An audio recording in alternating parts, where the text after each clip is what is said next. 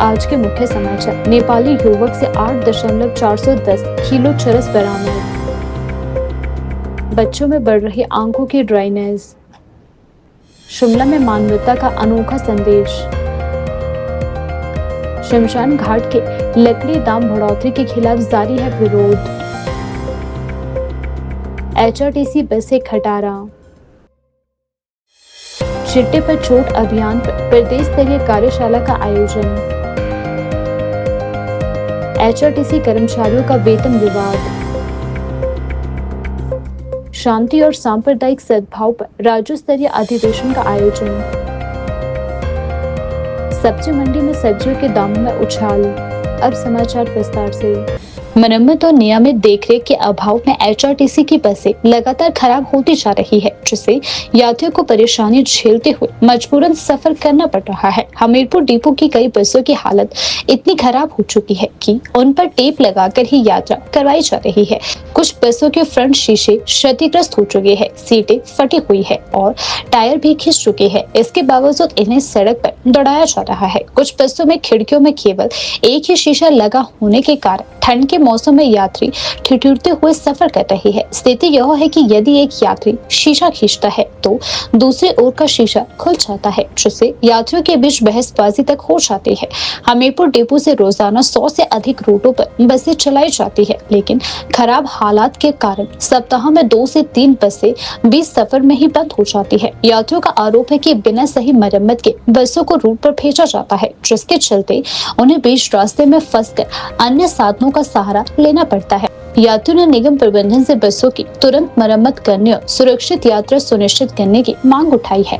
HRTC Hamirpur के क्षेत्र प्रबंधक राहुल कुमार ने कहा कि कुछ बसों के फ्रंट शीशे क्षतिग्रस्त है, जिन्हें जल्द बदला जाएगा। जहां जहां बसें खराब होती है, वहां तुरंत दूसरी बसें भेजी जाती है, ताकि यात्रियों को दिक्कत ना हो। यात्रियों का कहना है कि यदि समय पर मरम्मत और निरीक्षण हो तो इस तरह की समस्याओं से बचा जा सकता है। सामाजिक सरोकारों में सक्रिय भूमिका निभाने वाली संस्था नितांजलि ने आज एक अनोखी और प्रेरणादायक पहल की है। संस्था के अध्यक्ष हिमांशु कुमरा ने अपनी धर्मपत्नी संतोष कुमरा के 48वें जन्मदिन को यादगार बनाने के लिए शिमला के Indira Gandhi medical college IGMC अस्पताल का रुख किया। यहाँ उन्होंने चाइल्ड वार्ड में भर्ती नन्हे मुन्ने बच्चों को चॉकलेट वितरित कर उनके साथ यह खास दिन मनाया। हिमांशु कुमरा ने बताया कि वे हर वर्ष किसी न किसी सामाजिक कार्य से अपने परिवार के महत्वपूर्ण अवसरों को जोड़ते हैं, ताकि समाज में सकारात्मक संदेश दिया जा सके। उन्होंने कहा कि खुशियां तभी सार्थक होती है जब हम उन्हें दूसरों के साथ बांटते हैं, विशेषकर उन बच्चों के साथ जो बीमारी से जूझ रहे हो। उनकी मुस्कान हमें जीवन का असली अर्थ समझाती है।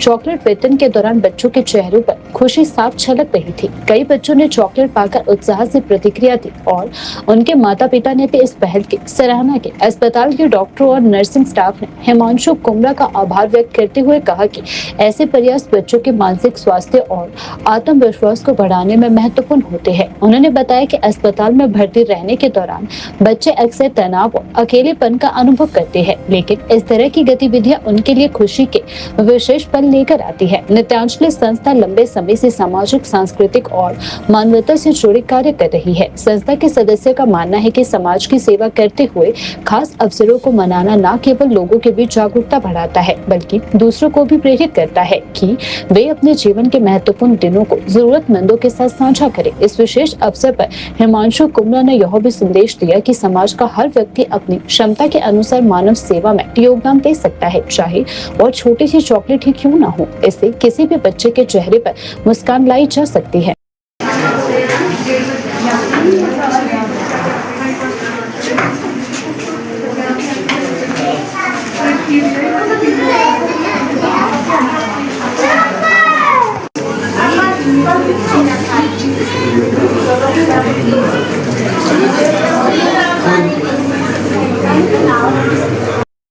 हिमाचल प्रदेश राज्य परिवहन निगम एचआरटीसी के चालक और परिचालक अपने वेतन भुगतान को लेकर भारी नाराजगी में है। 8 दिन बाद भी आज वेतन न मिलने के चलते मंगलवार को लगातार दूसरे दिन एचआरटीसी चालक परिचालक संघ के पदाधिकारियों ने पुराना बस अड्डा स्थित निगम मुख्यालय के बाहर प्रदर्शन कर प्रदेश सरकार और निगम प्रबंधन के खिलाफ अपना रोष जताया। संघ के अध्यक्ष मानसिंह ठाकुर ने कहा कि यदि निगम को बंद करना है तो बंद करे, यदि प्राइवेट को देना है तो प्राइवेट को दे दे, लेकिन कर्मचारियों का वेतन और लंबित वेतन लाभ तुरंत जारी किए जाए। उन्होंने आरोप लगाया कि निगम की कार्यशालाओं में ना तो आवश्यक चीजें हैं और ना ही मैकेनिक। बावजूद इसके प्रबंध खराब बसों को रूटों पर चलाने के लिए कर्मचारियों पर दबाव डाल रहा है। मानसिंह ठाकुर ने बताया कि अगर चालक परिचालक रूट पर खराब बसें चलाने से इनकार कर दे तो उन्हें चार्जशीट की धमकी दी जाती है। वहीं रूट पर खराब बसें चलने के कारण यात्री भी कभी कभी कर्मचारियों पर भड़क जाते हैं। उन्होंने कहा कि निगम प्रबंध और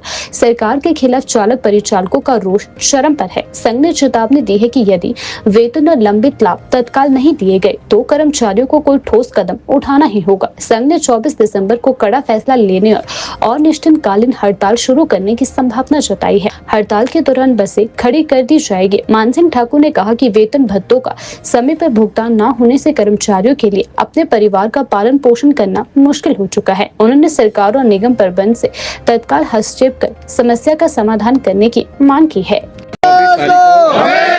चालक परिचालक भाई भाई चालक परिचालक भाई भाई नहीं मिला है और वेतन ना मिलने की वजह से आप देख रहे हैं कि वो सड़कों पर है। हमारे साथ मैं आपके चैनल के माध्यम से आज ये बड़े दुखी मन से कहना चाहूँगा कि 9 तारीख होगी, एचआरटीसी के सर्विंग एम्प्लॉय को अभी तक सैलरी नहीं मिली, ना ही उस सैलरी का पता है। एचआरटीसी को सैलरी जो है वो सरकार से एड आती है, वहाँ से मिलती है। सरकार एड दे नहीं रही और प्रबंधन हमें सरकार सैलरी दे नहीं रहा। इस कारण हमें हर महीने रोडों पे उतरना पड़ रहा है और बड़े दुखी मन से हम रोड पर उतरे हैं। लेकिन आपके चैनल के माध्यम से मैं सरकार को और प्रबंधन को चेता देना चाहता हूँ, अब लास्ट बार है, आखिरी बार, अब करो और मरो का काम हम करेंगे। या तो एचआरटीसी बंद ही हो जाएगी या चलेगी तो हमारे मेहनताना जो है, हमारे ड्यूज जो देना पड़ेंगे। मैं आपके चैनल के माध्यम से बता देना चाहता हूँ कि एचआरटीसी जब पैसा मांगते हैं तो आप घाटे में, जब रूट भेजने हो तब इनकी मर्जी से चलेंगे, जब फ्री बांटना हो तो इनकी मर्जी चलेगी, जब कहीं को गाड़ी भेजनी हो तो इनकी मर्जी चलेगी। लेकिन जब बात आती है पैसे की तो सरकार जो है सीधी सीधे मुकर जाती है कि आप तो घाटे में। मैं पूछना चाहता हूं सरकार से और प्रबंधन से कि कौन सा डिपार्टमेंट जो है वो फायदे में। एचआरटीसी तो कम से कम अपना तेल और स्पेयर पार्ट का खर्चा तो निकाल रही है, लेकिन और डिपार्टमेंट, कोई भी डिपार्टमेंट ऐसा नहीं है जो इनकम लाता है, उनको कैसे मिलता है। तो हमारी यही डिमांड है। आज हमने नोटिस दे दिया है, 15 दिनों का इनको टाइम दिया है और 15 दिनों के अंदर नोटिस में हमारी पहली मांग यही है कि एचआरटीसी के कर्मचारियों के जितने भी वित्तीय देय लाभ हैं, वित्तीय देय भत्ते हैं, उनकी जिम्मेवारी सरकार ले। अन्यथा एचआरटीसी का कर्मचारी, इस एचआरटीसी हम बंद तो नहीं करना चाहते, लेकिन अगर सरकार की यही मंशा है तो कल बंद करनी, इसको आज बंद करें, हम अपना हिसाब किताब देख लेंगे, हमारे पैसे दिए जाएं। मैं आपके चैनल के माध्यम से बड़े दुखी मन से कहना चाहूँगा कि राजनीति जो है वो एचआरटीसी में ही की जाती है, सरकार की तरफ से हो चाहे कोई भी सरकार आई हो, हर तरह से उत्पीड़न जो किया जाता है हमारा किया जाता है। 100 करोड़ जिस ड्राइवर और कंडक्टर ने लेना हो, लगभग 1300 करोड़ रुपया एचआरटीसी के टोटल कर्मचारियों ने इनसे लेना है। तो 1300 करोड़ अगर हमारे को जीते जी ना मिला तो मरने के बाद हमारे किस काम का, मैं पूछना चाहता हूं माननीय मुख्यमंत्री महोदय जी से। और घाटा है तो एचआरटीसी के कर्मचारियों की वजह से नहीं, ऑफिस में बैठे हमारे चाहे सीजीएम से लेके बासर बॉय तक जितने लोग हैं दिन रात मेहनत कर रहे हैं, तब हम मेहनताना लेते हैं। अगर हम इनके बोले पे काम ना करें, हमें चार्जशीट की जाती है, सस्पेंड किए जाते हैं। हमारे लोग, कल हमारे सरकार गार्ड में ड्राइवर सस्पेंड किया कि पीछे सवारी तो आती, गलती है तो किया जाता है। लेकिन जब हमारे ड्यूज की बात आती है तो बोलते हैं तुम घाटे में, हमारे पास पैसा नहीं है, ये बिल्कुल नहीं चलेगा। HRTC के कर्मचारियों के पूरे ड्यूज जो है उसकी जिम्मेवारी सरकार को लेनी पड़ेगी। अगर सरकार नहीं लेती है तो 24/12/2025 को हिमाचल पथ परिवहन निगम ड्राइवर यूनियन कड़े निर्णय लेगी। कड़े निर्णयों में बता देना चाहता हूं कि हमें इस बार HRTC को हम चक्का जाम नहीं करेंगे, हम कुछ रोडों पे गाड़ियां जाम नहीं करेंगे, हम बिल्कुल काम करना बंद कर देंगे। रोज मरने से एक दिन मरना अच्छा। चिट्टे के खिलाफ जागरूकता और सख्त कार्यवाही को बढ़ावा देने के लिए संजीवनी ग्रुप ऑफ एनजीओ ने शिमला के प्रेस क्लब में चिट्टे पर छूट अभियान पर प्रदेश स्तरीय कार्यशाला आयोजित की। इस अवसर पर संगठन के अध्यक्ष महेंद्र धर्मानी ने कहा कि नशे के खिलाफ केवल पुलिस की कार्यवाही प्राप्त नहीं है, बल्कि गैर सरकारी संगठन, धार्मिक संस्थाएं और समाज के सभी वर्गों को मिलकर इस दिशा में सक्रिय भूमिका निभानी होगी। महेंद्र धर्मानी ने प्रदेश सरकार द्वारा नशे के खिलाफ किए जा रहे प्रयासों की सराहना की। उन्होंने बताया कि विधानसभा में नशा विरोधी विषय पर पक्ष विपक्ष का मिलकर संकल्प लेना अत्यंत सही था। उनका कहना है कि देवभूमि को नशे के गिरफ्त से बचाने के लिए यह संकल्प आवश्यक है। उन्होंने कहा कि चिट्टे पर छूट केवल एक अभियान नहीं, बल्कि समाज में बदलाव लाने का संकल्प है। कार्यशाला में यह भी बताया गया कि संजीवनी न केवल नशा विरोधी संदेश देने तक सीमित नहीं है, बल्कि संगठन नीतिगत सुधार, क्षमता निर्माण, शोध और जानकारी के प्रसार और जन जागरूकता अभियानों के माध्यम से संगठित और प्रभावशाली कार्य कर रहा है। धर्मानी ने कहा कि संगठन विभिन्न गैर सरकारी संस्थाओं को एक मंच प्रदान कर रहा है ताकि वे सरकार के साथ मिलकर नशा संबंधी नीतियों को बेहतर बना सके और परामर्श, पुनर्वास और प्रशिक्षण और समुदाय आधारित गतिविधियों के माध्यम से जमीनी स्तर पर सकारात्मक परिणाम सुनिश्चित कर सके। हम संजीवनी में काम करने वाले सभी संस्थाओं के प्रमुख एक सकारात्मक ऊर्जा के साथ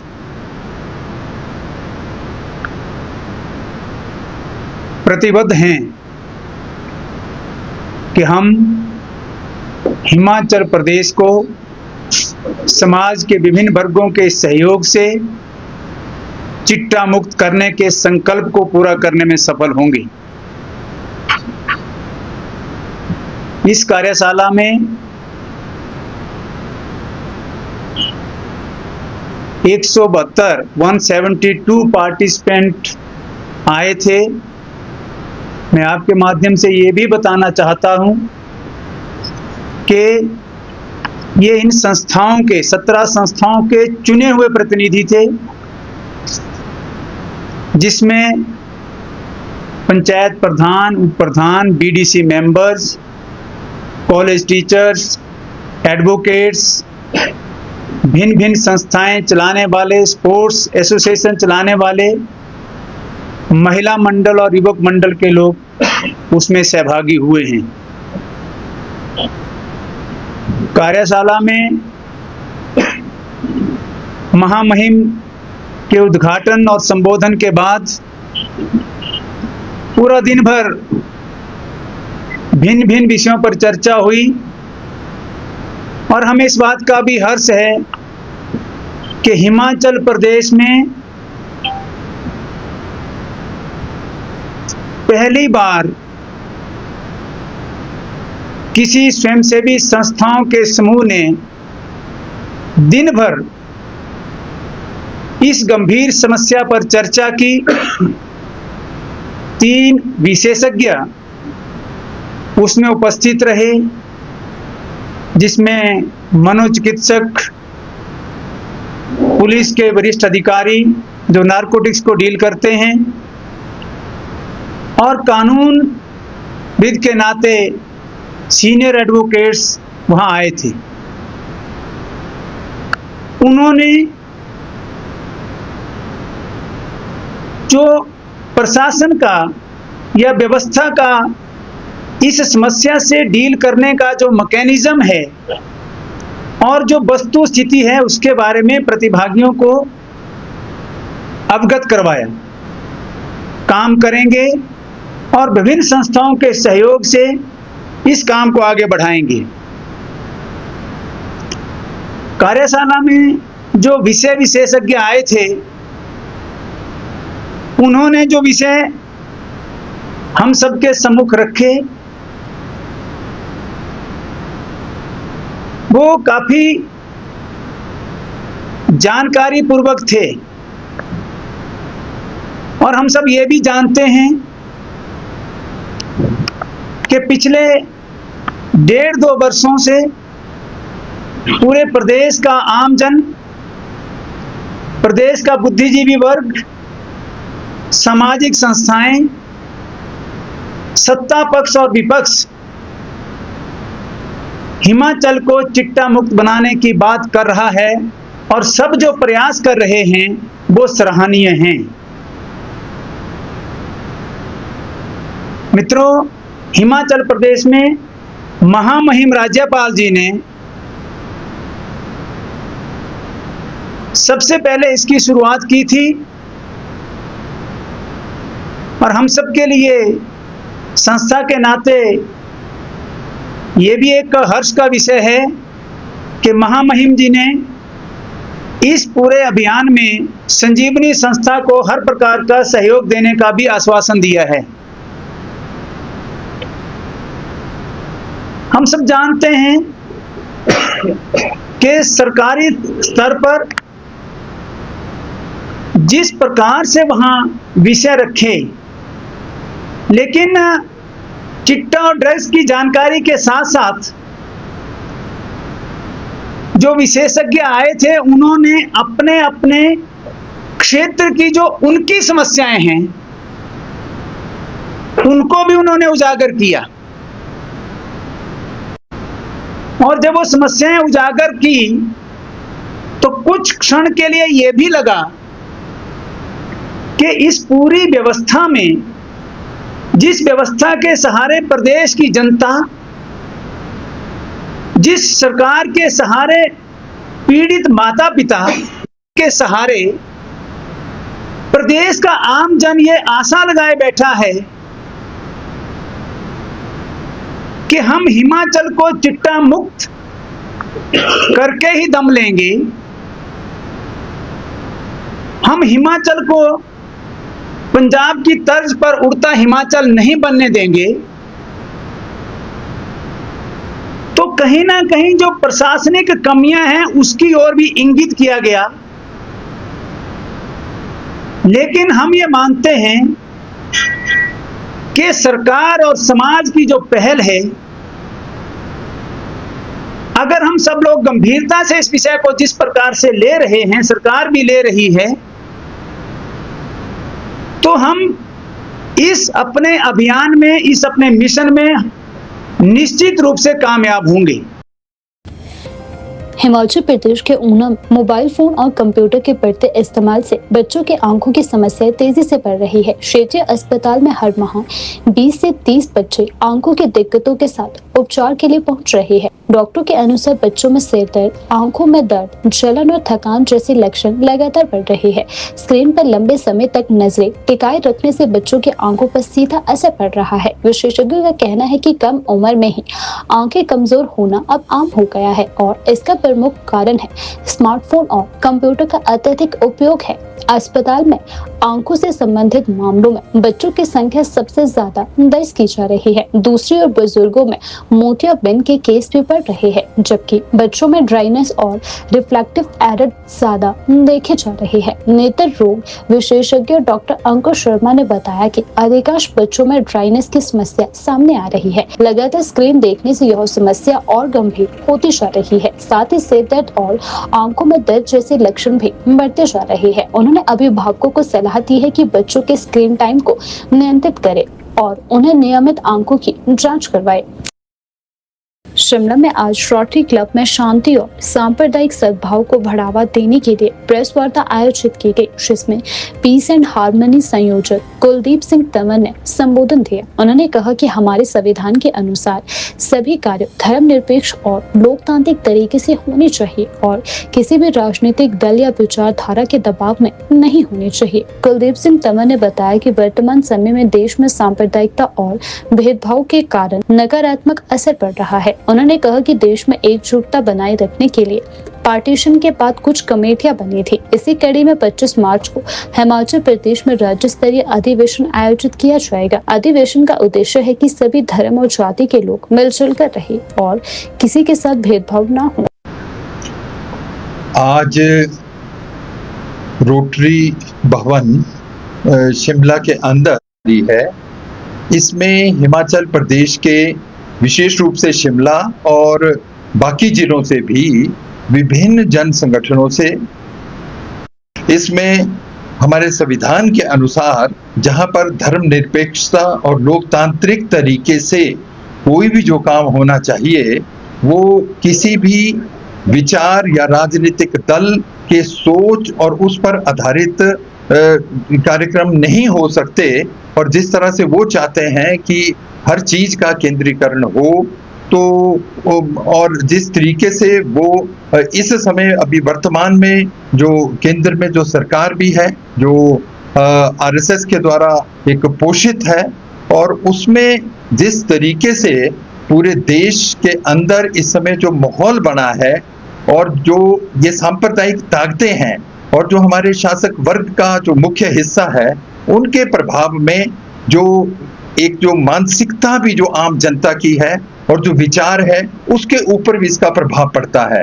तो उसके विकल्प में एक ऐसे फोरम भी पूरे देश के अंदर जिस तरह कौमी एकता कमेटियां बनी थी जिस समय पार्टीशन के बाद इस देश के अंदर एक पीस और एक सॉलिडेरिटी रखने के लिए, तो एक इस तरह का ये प्रयास है।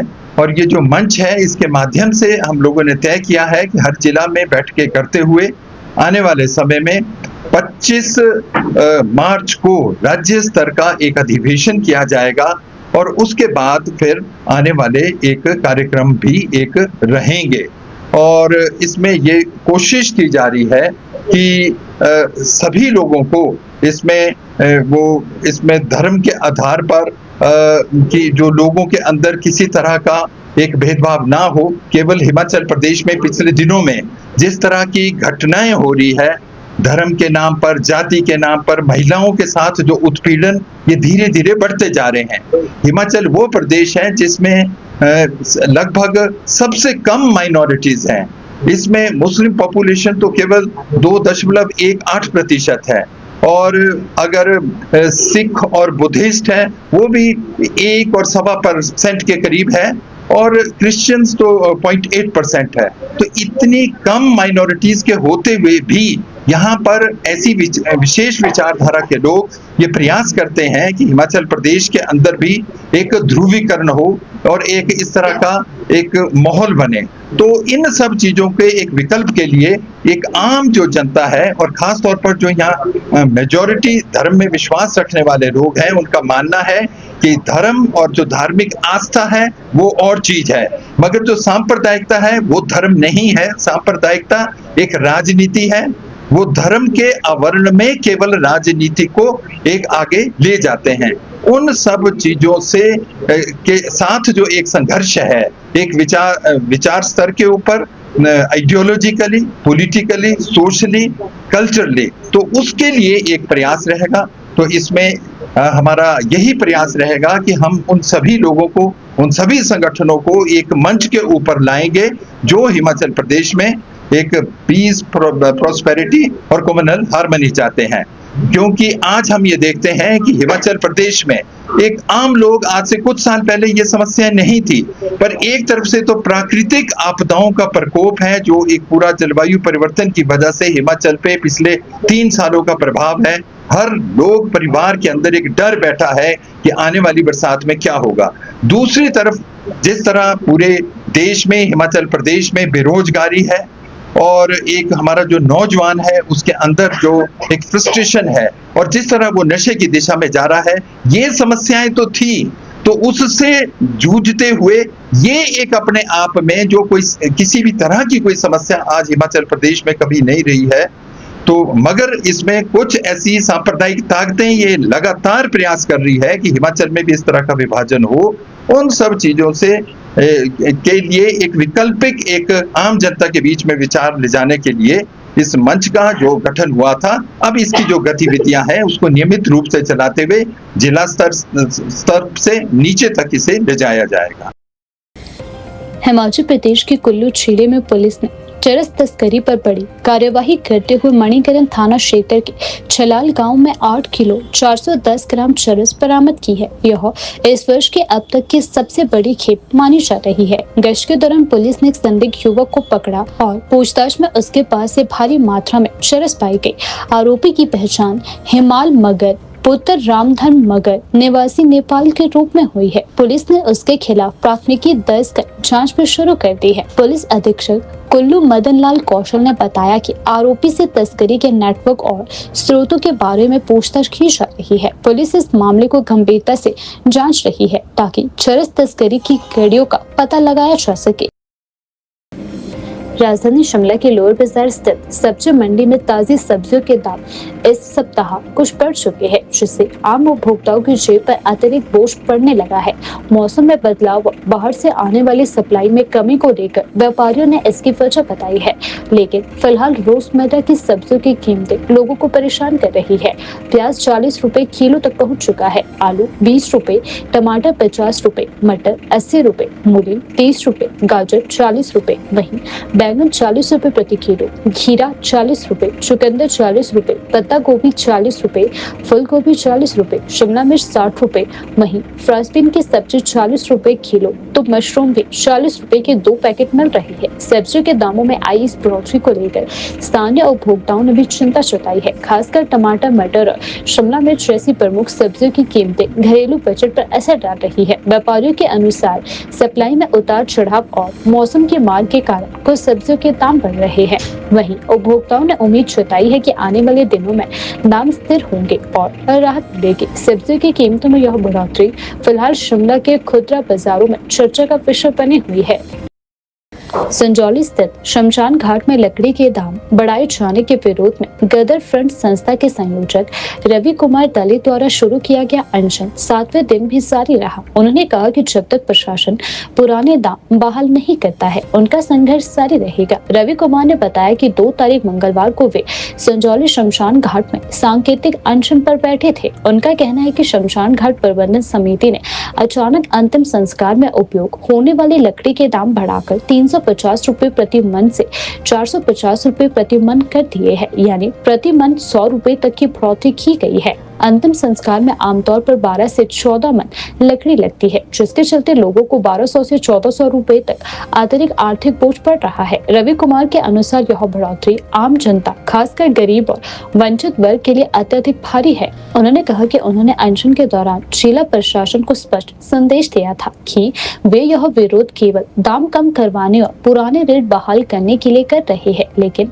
अब तक जिला प्रशासन ने कोई संज्ञान नहीं लिया है और न ही लकड़ी की कीमतों में कोई बदलाव किया गया है। रवि कुमार ने चेतावनी देते हुए कहा कि आज रात 12 बजे मेरे अनशन के पूरे 7 दिन हो जाएंगे। अब मैं मजबूरी में किसी भी समय मुख्यमंत्री के सरकारी आवास के बाहर धरने पर बैठने जा रहा हूं। अगर मुझे कुछ होता है तो इसकी पूरी जिम्मेदारी जिला प्रशासन, पुलिस प्रशासन और हिमाचल प्रदेश सरकार की होगी। उनके इस बयान के बाद स्थानीय स्तर पर मामले को लेकर चर्चा तेज हो गई है। कई लोगों का कहना है कि अंतिम संस्कार जैसे संवेदनशील कार्यों में अचानक दाम बढ़ जाना गलत है और इसका समाधान तत्काल निकाला जाना चाहिए। रवि कुमार ने प्रशासन से अपील की है कि जनता के हित में पहले वाले दाम बहाल किए जाए ताकि गरीब परिवारों को आर्थिक कठिनाइयों का सामना न करना पड़े। जय भीम साथियों, जैसा कि आप सभी जानते हैं, संजौली स्थित शमशान घाट और कनलोग शमशान घाट में लकड़ी के बड़े दामों को लेकर मंगलवार को संजौली स्थित शमशान घाट में मैंने अनशन किया था और उम्मीद जताई थी कि जो लकड़ी के दाम सभाओं द्वारा बढ़ाए गए हैं, उन दामों में पूरी तरह कटौती होगी और जो पहले जैसे दाम है वैसे रहेंगे। आज 7 दिन पूरे हो गए। लेकिन अभी तक जिला प्रशासन उपायुक्त महोदय द्वारा उस पर कोई सार्थक परिणाम सामने नहीं आए और ना ही कोई लकड़ी के रेट कम किए गए हैं। और हमने शमशान घाट में बैठकर ये स्पष्ट किया था कि 7 दिन बाद अगर लकड़ी के दामों में कटौती नहीं की गई, अर्थात पहले जैसे नहीं किए गए दाम, जैसा कि 350 रुपये मण लक्कड़ पहले थी, अब 450 रुपये मण है, प्रति मण 1400 रुपये लक्कड़ बढ़ाई गई है। तो दामों में कोई कमी नहीं हुई। आज 7 दिन होने वाले हैं, ठीक रात के 12 बजे, और उसके बाद हमें मजबूरन मुख्यमंत्री आवास के बाहर धरने पर बैठना पड़ेगा। और इस धरने की पूरी जिम्मेवारी हिमाचल प्रदेश सरकार की और पुलिस प्रशासन की होगी, जिला प्रशासन की होगी।